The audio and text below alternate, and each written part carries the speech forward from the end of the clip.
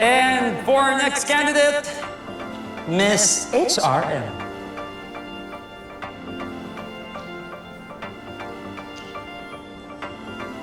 Feel ko mananalo na talaga siya. I swear. Here's her question.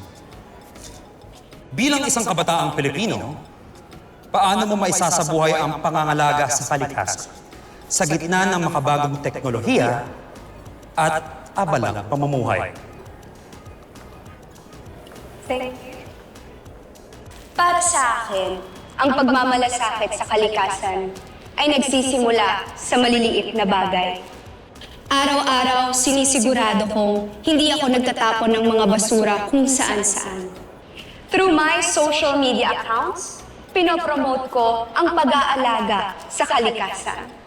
And whenever there's an opportunity, sumasali po ako sa mga cleanup drive sa aming village. Naniniwala po ako na sa maliliit na paraan ay makakabuo po ito ng malaking impact para makatulong po sa kalinisan at kagandahan ng ating kapaligiran. Maraming salamat po.